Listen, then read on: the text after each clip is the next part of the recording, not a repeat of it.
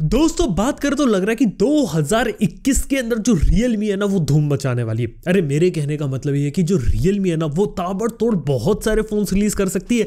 आप लोगों ने सही सुना, यानी कि सुनने में आया कि मल्टीपल फ्लैगशिप फोन्स आने वाले हैं। Realme रेस ये पहले लीक हुआ था, उसके बारे में भी कुछ इंफॉर्मेशन आई है और अब लग रहा है कि Realme X9 Pro, यानी क्या हो रहा है कि स्नैपड्रैगन का सबसे पावरफुल प्रोसेसर 888 के साथ Realme रेस तो आने वाला है। ये तो मालूम है, कह रहे इसका नाम Realme रेस Pro हो सकता है।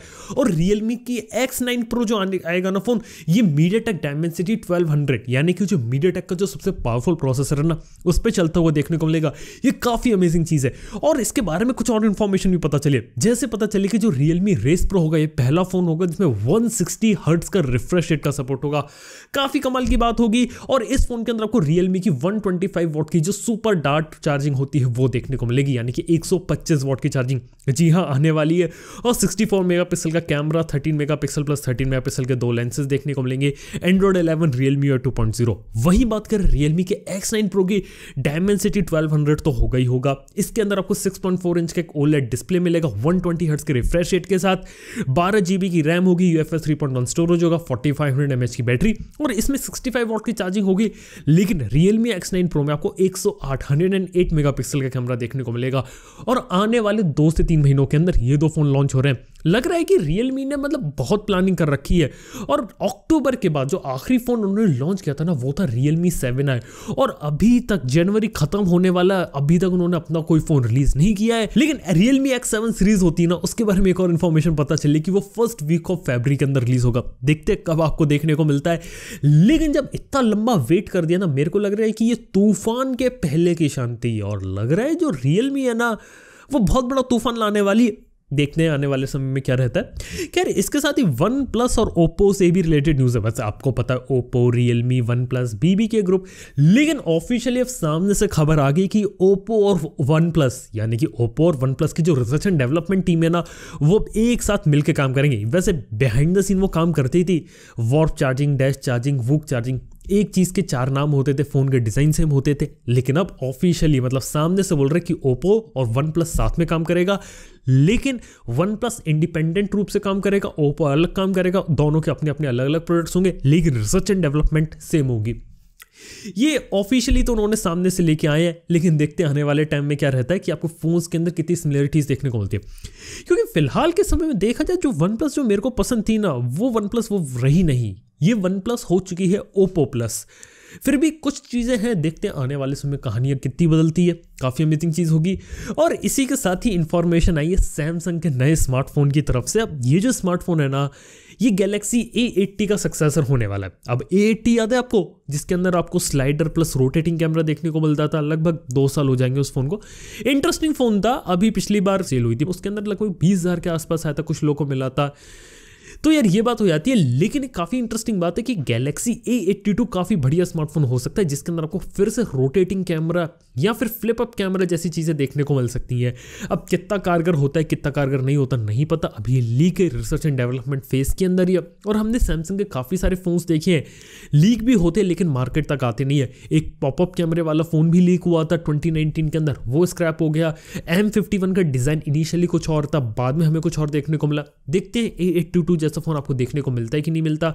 शायद से इसके अंदर आपको कोई 5G वगैरह देखने को मिल जाए, काफ़ी सही चीज़ होगी, देखने वाली बात होगी।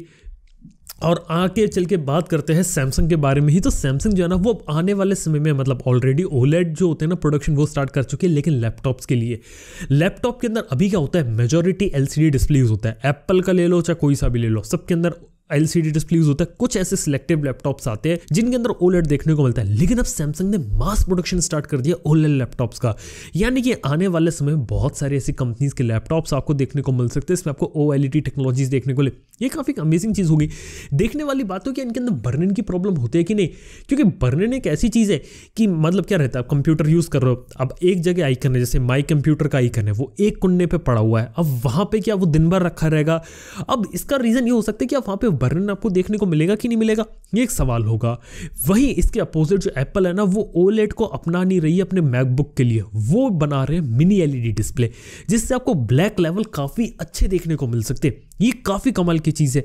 तो देखते हैं सैमसंग की क्या खास बात रहती है। तो यहाँ पे सैमसंग के बारे में तो ये बात हो गई, और इसी के साथ ही मीडियाटेक वर्सेस स्नैपड्रैगन से रिलेटेड काफ़ी अच्छी न्यूज़ है। वो ये है कि हमें तो मालूम है कि Q3 के अंदर वो जो स्नैपड्रैगन है वो पीछे होकर मीडियाटेक आके हो गई थी, लेकिन जो दुनिया का सबसे बड़ा स्मार्टफोन मार्केट है वो अभी भी चाइना ही है, लेकिन चाइना के अंदर मीडियाटेक नंबर 1 हो गई। और यहाँ पे उन्हें सबसे बड़ा बेनिफिट पता है क्या मिला? हुआवे के बैन होने का। हुआवे के बैन होने के बाद क्वालकॉम स्नैपड्रैगन से ज़्यादा मीडियाटेक चिपसेट बिके। अब मीडियाटेक है वो टाइवानीज कंपनी है, क्वालकॉम जो है वो अमेरिकन कंपनी है। क्वालकॉम के चिपसेट महंगे थे, मीडियाटेक के थोड़े सस्ते थे। काफ़ी सारे मैन्युफैक्चरर्स ने मीडियाटेक के चिपसेट लेके फोन्स निकालना शुरू कर दिए। 5G चाइना के अंदर धीरे धीरे ग्रो कर रहा था। 5G के सस्ते चिपसेट्स मीडियाटेक लेके आए डायमेंसिटी के फॉरम में, वो बिकने चालू हो गए। और यही एक रीज़न था कि चाइना में ही इतनी डिमांड थी कि दुनिया को बेच ही नहीं पा रहे थे, इसलिए आपको सिर्फ चाइना में मीडियाटेक डायमेंसिटी वाले फोन्स देखने को मिले। लेकिन अब लग रहा है कि वो पूरी कमर कस ली उन्होंने, और 2021 में मीडियाटेक डायमेंसिटी दुनिया भर में अपना जादू दिखाएगी। देखते इंडिया में किस टाइप का जादू दिखाती है। लेकिन हाँ, काफ़ी बड़ी चीज़ है कि दुनिया के सबसे बड़े स्मार्टफोन मार्केट में क्वालकॉम स्नैपड्रैगन पीछे हो गई है। देखते आने वाले समय में वो क्या करते हैं। 870 का एक प्रोसेसर तो वो रिलीज़ कर ही चुके हैं, लेकिन बात ये कि कम प्राइस के अंदर वो अच्छे चिपसेट रिलीज़ करे जिनके अंदर परफॉर्मेंस भी अच्छी हो, अफोर्डेबल भी हो, और सबसे ज़रूरी चीज़ 5G लेके आए। ये काफ़ी कमाल की चीज़ होगी। देखते आने वाले टाइम में क्या रहता है। और वन प्लस वॉच से रिलेटेड भी इन्फॉर्मेशन निकल के आई कि जो वन प्लस वॉच है इसके 2 मॉडल आपको रजिस्टर हो गए हैं BIS सर्टिफिकेशन पे। एक थोड़ा सस्ता मॉडल है LCD डिस्प्ले के साथ, और एक थोड़ा महंगा मॉडल होगा OLED स्क्रीन के साथ। Wear OS नहीं आने वाला है, खुद का कस्टम OS होगा। ओप्पो वॉच से इंस्पायर्ड होंगे काफ़ी सारी चीज़ें इसकी। और सिर्फ इतनी ही बात नहीं होगी, ये जो वन प्लस की वॉच है ना, जो इतने टाइम से डिले हो रही थी, ये अब लॉन्च भी होंगी। लॉन्च के बारे में इंफॉर्मेशन है कि मार्च तक हो सकती है। वन प्लस 9 सीरीज के साथ लॉन्च किया जाएगा।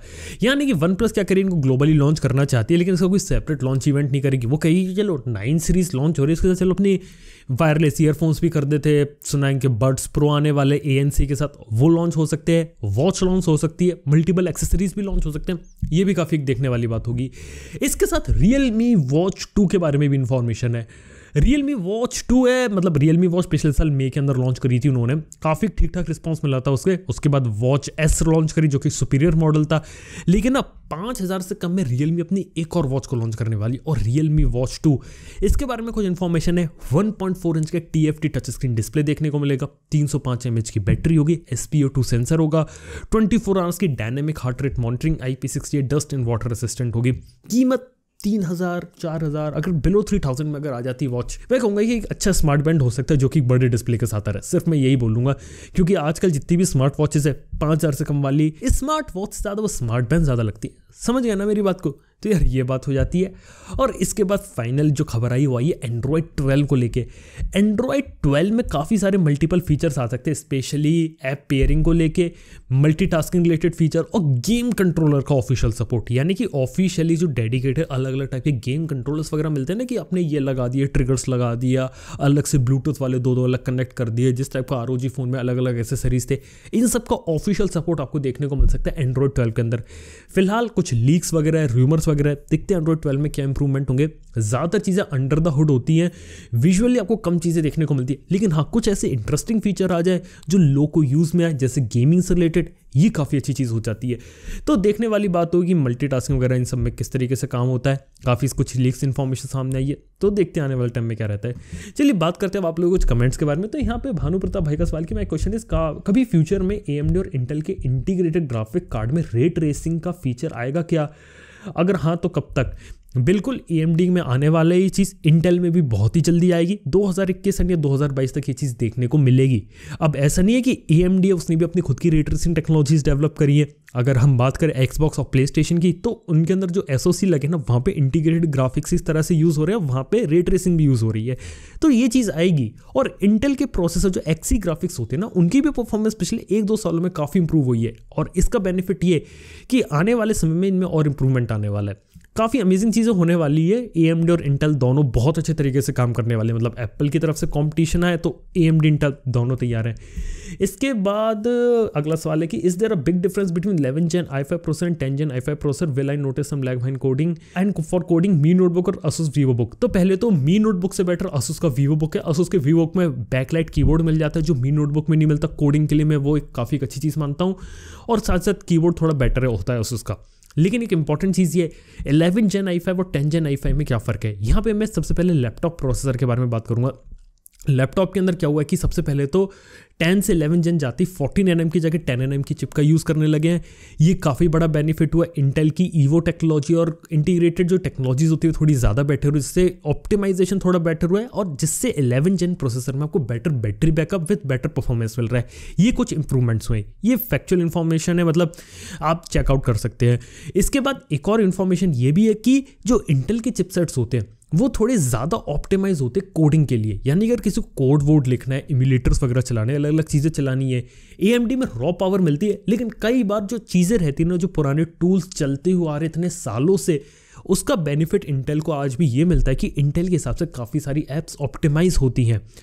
पाइथन का एग्जांपल ले सकते हैं। एंड्रॉयड स्टूडियो के अंदर अगर आप इम्यूलेटर वगैरह यूज़ कर रहे हो तो वहाँ पर भी काफ़ी कुछ बेनिफिट्स हमने देखे हैं वहाँ पे। इसके साथ ही एडोबी की एप्लीकेशन में बेनिफिट्स देखें तो यार कुछ बेसिक चीज़ें हो जाती है। हालांकि ये आप मान सकते हैं, तो हाँ डिफरेंस तो आया है इनके अंदर, तो यार ये एक बात हो जाती है। तो इसके बाद आखिरी सवाल आता है द माउंटर भाई का। वो पूछ रहे हैं कि can we expect 1 nm based processor in 2025। देखो यार चीज़ मुश्किल है, नामुमकिन नहीं है। इस साल भी 5 nm देखने को मिलेगा, अगले साल 3 nm की बारी आ गई है, लेकिन 2025 तक 1 nm पे जा पाना मुश्किल है लेकिन नामुमकिन नहीं है। अब सबसे बड़ा सवाल तो ये है कि कौन आएगा सबसे पहले, क्या वो एप्पल होगी, मीडियाटेक, क्वालकॉम, सैमसंग, कौन होगा यार पता नहीं, लेकिन हाँ ये चीज़ें पॉसिबल हो सकती है। तो दोस्तों आज के शो में बस इतना ही। अगर वीडियो अगर आप लोग को पसंद आए तो लाइक कर लेना, चैनल को सब्सक्राइब कर लो। थैंक यू आपको वीडियो देखने के लिए। मैं आपसे मिलता हूं नेक्स्ट वन में। Good bye.